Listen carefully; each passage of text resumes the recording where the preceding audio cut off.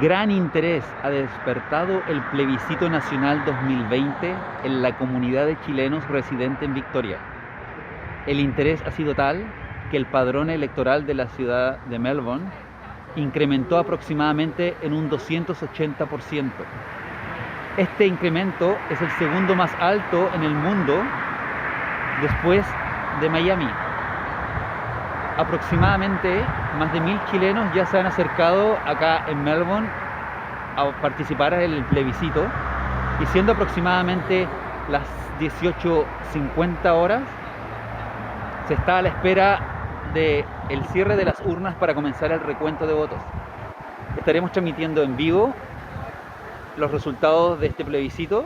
La cola con toda la gente en la embajada de Austria. Colas y colas de gente. Y esto no termina. Yo estoy en mi segunda hora de espera. Y veamos cuánto rato podemos cumplir nuestro deber cívico. Acá ya en la recta final, ahí está la puerta donde se entra al consulado.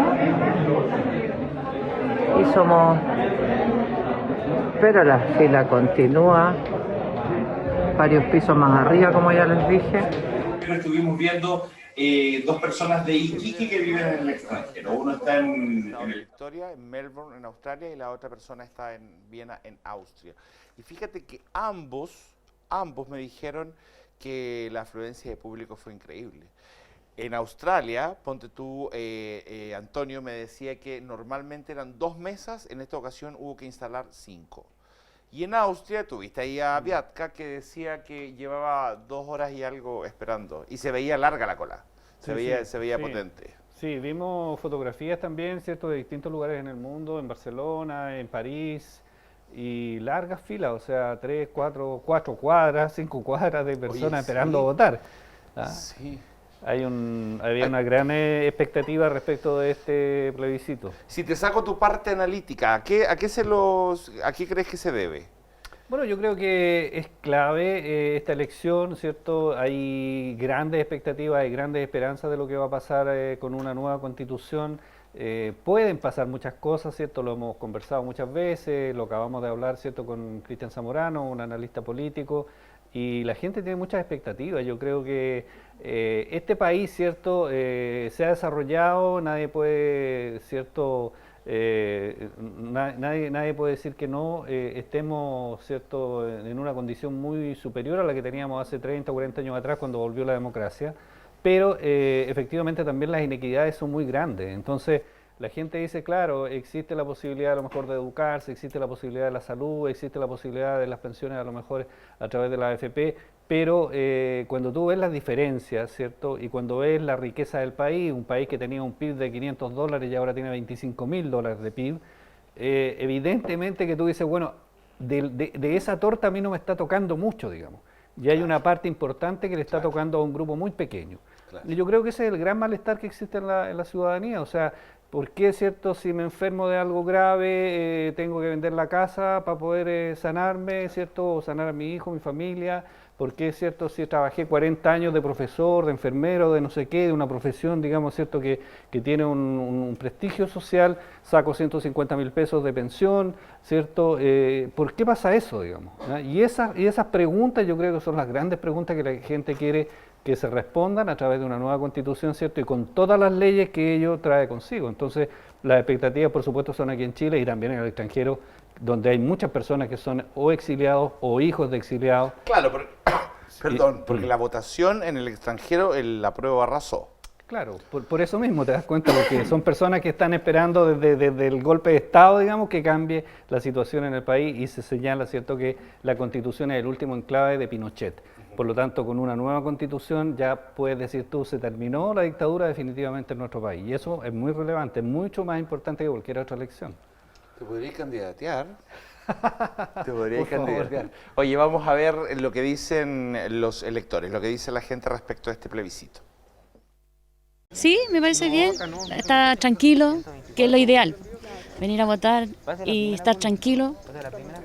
así que no, conforme. ¿Usted siempre vota? Sí, siempre he votado. Sí, porque tengo derecho a opinión.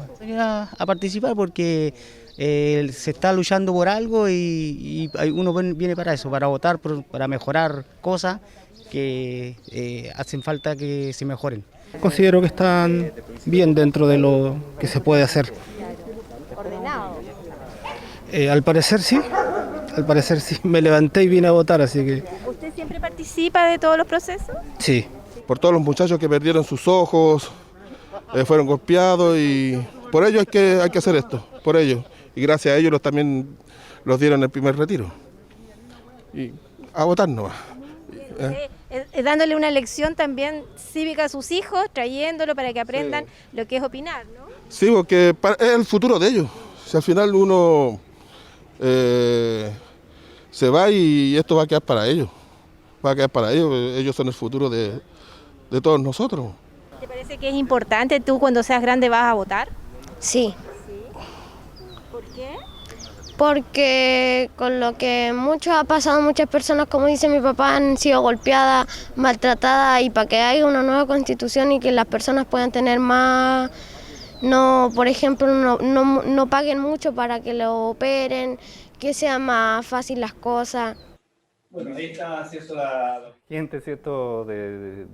Que de alguna manera refleja, ¿cierto?, lo que estábamos conversando. Hay una gran expectativa respecto a lo que puede pasar con una nueva constitución, y por supuesto que eso es importante para todos, digamos, fundamentalmente, ¿cierto?, para las nuevas generaciones, probablemente, ¿cierto?, los que ya llevamos unas buenas décadas aquí en nuestro país, no vayamos a ver cambios tan significativos en los 5 años, 10 años próximos, pero probablemente en 20 o en 30 años más las cosas van a ser bastante diferentes en Chile. Y en ese sentido yo creo que para las nuevas generaciones, ¿cierto?, para nuestros hijos, para nuestros nietos, va a ser importante el cambio. Vamos a dejarle un mejor país, y eso es súper importante. O sea, vamos a dejar un país diferente, no sé si mejor o peor, pero ahí hay que ver cómo sale la Constitución, si es que gana de la prueba finalmente. Dice, vamos a ver algunos de los políticos, de los famosos de nuestra ciudad donde votaron. Vamos a comenzar con la senadora Luce Bensperger, que estuvo votando a las 8:30 en la escuela Castro Ramos. Creo que ha sido de bastante tranquilidad. Ayer hubo un 27% de constitución de mesas en nuestra región, lo que aparentemente es poco, pero es mucho más, o un porcentaje importante mayor a lo que es habitual en nuestra región en otros procesos eleccionarios. Y hoy día hemos podido apreciar que ya muchas mesas desde temprano constituidas, eso es un buen indicio. Así que simplemente hacer un llamado a la gente que con todas las medidas sanitarias, no olvide su mascarilla, no olvide su lápiz y, por cierto, su carnet, concurran a votar con tranquilidad. Y además decirle a la gente que en los locales de votación todas estas medidas sanitarias están tomadas para su resguardo y también el resguardo de toda la gente que está actuando y trabajando en ellos. En la oportunidad democrática que tienen los ciudadanos para poder expresarse, y es histórica, por primera vez que se le pregunta a la ciudadanía. Esperemos que el proceso siga de esta forma, que la gente pueda venir con tranquilidad a votar, que todos cumplan las normas sanitarias, todo el uso de la mascarilla de buena forma, el lavado de las manos, las personas que no hacen vida social, si es que hay filas, ya venir, votar, devolverse a la casa, los que tengan que devolverse al trabajo. Ahí estábamos con dos de los personajes políticos más importantes de nuestra ciudad, la senadora Luce Bensperger y el alcalde Mauricio Soria. Tú también tienes otra entrevista que estuviste haciendo ahora, cuéntanos un poco. Sí, en la mañana, ¿cierto?, pudimos conversar con varias personalidades de la región. La verdad que casi ningún político, en la mayoría académicos, universitarios o dirigentes de distintos ámbitos. Y vamos a ver ahora una entrevista que le hicimos a Sergio González, Premio Nacional de Historia, ¿cierto? Porque siempre es importante, digamos, ¿cierto?, el punto de vista de algunas personalidades de nuestra región respecto a lo que va a pasar a contar de cuando se sepan los resultados. Esa fue la pregunta. Vamos con Sergio González. Mira, estamos sobre la base de un supuesto que gana la prueba, imagino, ¿cierto? Tú me estás preguntando a partir de ahí, porque si gana el rechazo, el escenario es completamente diferente, ¿no? Porque no creo que si gana el rechazo se inicie ningún proceso de cambio de reforma constitucional relevante. porque es obvio, digamos, porque habría que acatar una voluntad que dice que está planteando, digamos, que la constitución actual está bien, digamos, ¿no? Que no hay que hacerle mayores modificaciones, probablemente reformas menores. Pero en el otro escenario, que en el escenario del apruebo, yo distinguiría tres cosas que a mí me parecen fundamentales. En primer lugar, sería una expresión notable. Bueno, ya de hecho este propio proceso ya es una expresión notable de democracia. Probablemente incluso es inédita en nuestro país, si bien yo diría que las constituciones anteriores también eran constituciones representativas, pero no tenían una profundidad democrática como esta, ¿no? Y eso me parece histórico, ¿no? Y eso ya creo que hemos dado un paso adelante, sea el resultado que sea. En segundo lugar, considero de que es muy relevante que los constituyentes que se conformen tengan una mirada de largo plazo, ¿no? Es decir, si nos quedamos con la refriega política que hemos estado observando, de uno y otro lado, me parece que sería muy lamentable, porque se está construyendo una nueva base jurídica, digamos, para el país. Y eso necesita un balance una mirada inclusiva, por decirlo de alguna forma, una mirada inclusiva y no excluyente, para que recoja las distintas visiones de país que tenemos, pero que en esta oportunidad sí se le dé prioridad a las minorías o aquellas mayorías que han estado de cierta manera, digamos, subsumida, digamos, en otras. Me refiero a las mujeres, por ejemplo, que tengan una representación. Bueno, tengo entendido que va a haber una equidad de género en el proceso constituyente, pero que también eso se refleje en la Constitución futura.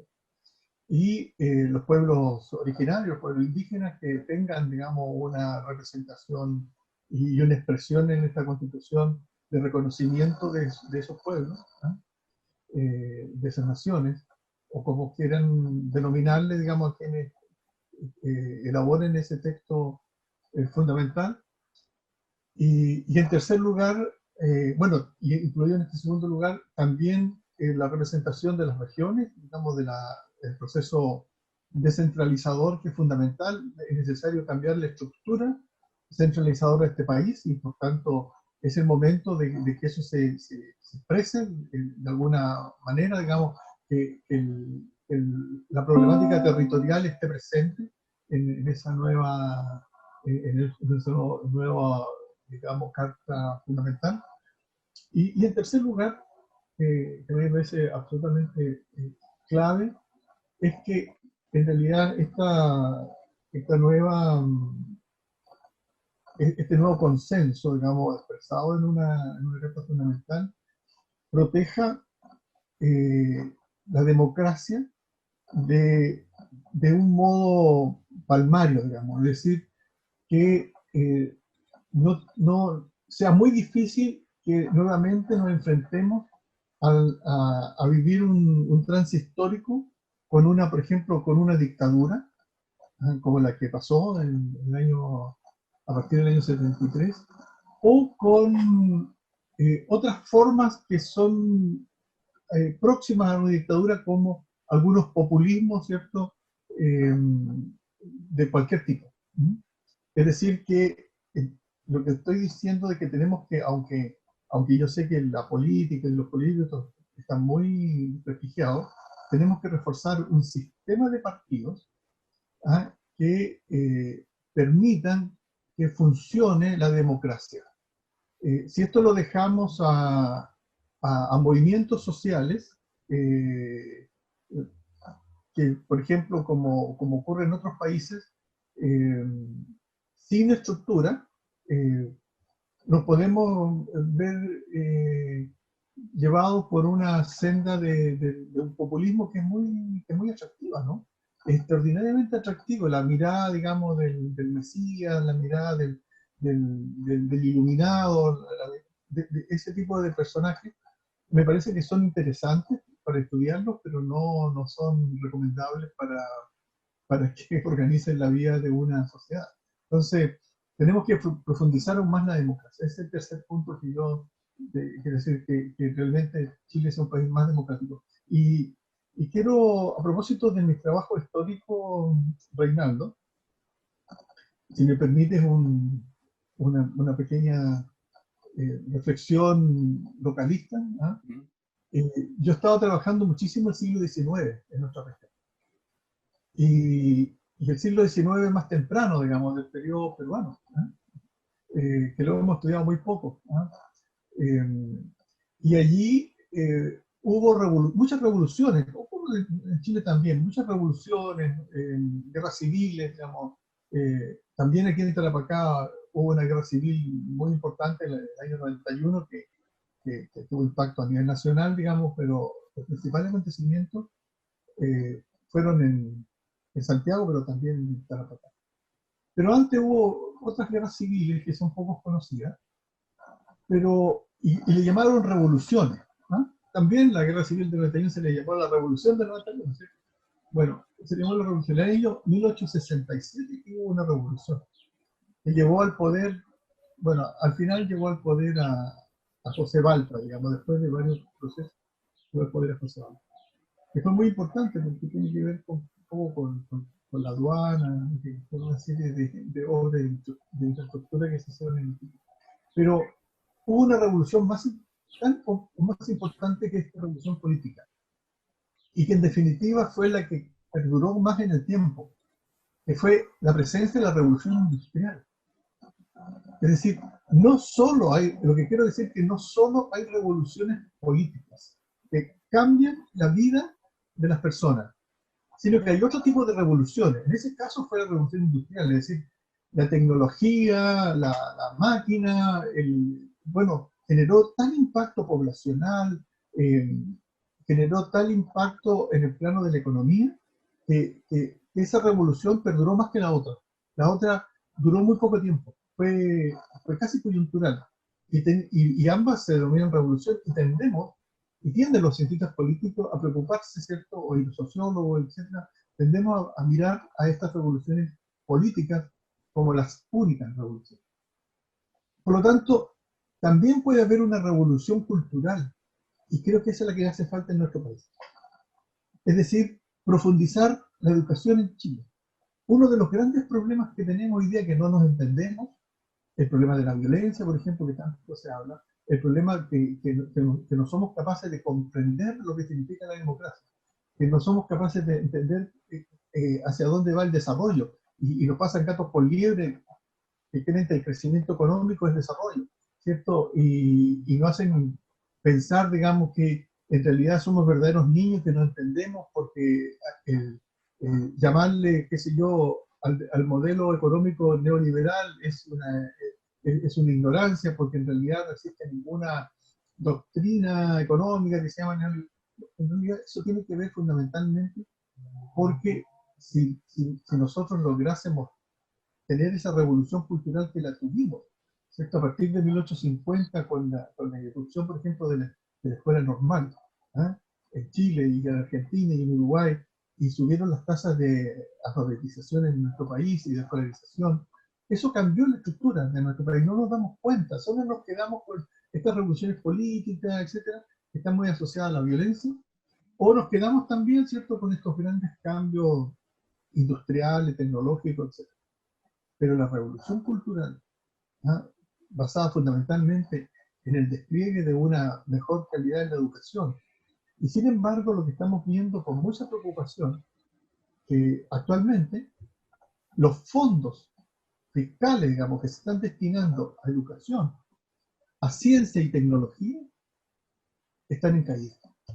¿Ah? En vez de crecer, disminuyen. Es absolutamente, es incomprensible para mí que en realidad aquellos factores que son fundamentales para el desarrollo de nuestro país, dicen, bueno, no hay recursos para eso porque hay otras cosas más urgentes. Siempre van a haber otras cosas más urgentes. pero no significa que no demos conciencia de lo que es de fondo más importante. Educar a nuestros jóvenes, educar a las nuevas generaciones, educarlas, no solo darle un tipo de escolaridad, sino educarlas con educación de calidad, ¿ah?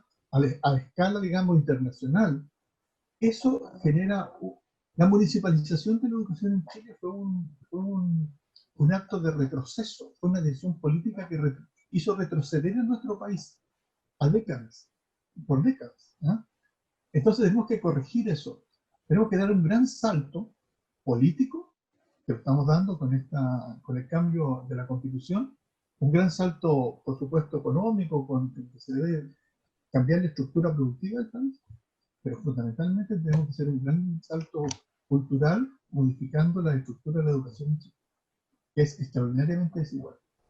Bueno, ahí estábamos, ¿cierto?, con la entrevista a Sergio González, Premio Nacional de Historia, quien señalaba lo importante de la educación en este nuevo escenario, ¿cierto?, que se dibuja después del plebiscito, que vamos a saber hoy día los resultados. La importancia de la educación, no solo de la educación, ¿cierto?, a nivel universitario, sino que todos los niveles de educación y el nivel de la cultura de nuestro país. Así que interesante, digamos, la visión de Sergio González.